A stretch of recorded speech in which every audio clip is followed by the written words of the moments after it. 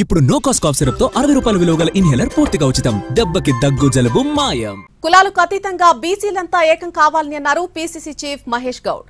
బీసీలకు 42% రిజర్వేషన్లు కల్పించడం చరిత్రలోనే నిలిచిపోతుందన్నారు. రాష్ట్రంలో 36 డీసీసీలను భర్తీ చేస్తే 17 పదవులు బీసీలకు ఇచ్చినట్టుగా చెప్పారు.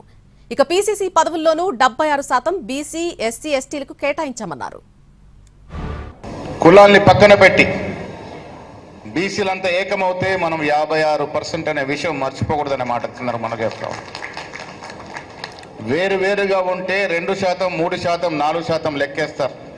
ఒకటిగా ఉంటే 56%గా ఉంటామనే మాట ఈ సందర్భంగా మనవి చేస్తా ఉన్నాను. కారణం ఇలా బీసీల్లో ఐక్యత వస్తూ ఉంది.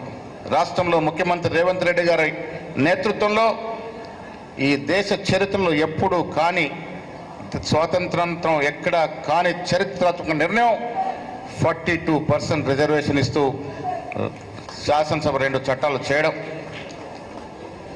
కేంద్రంలోని ప్రభుత్వం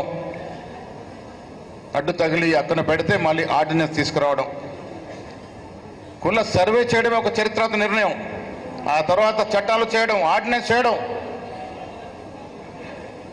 నేను పీసీసీ కమిటీ వేస్తే 70% పైగా ఎస్సీ, ఎస్సీ, బీసీ, మైనార్టీలకు ఇచ్చినాం.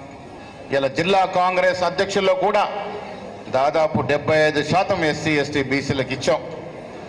ఇవ్వడానికి దోహదపడింది రేవంత్ రెడ్డి గారు.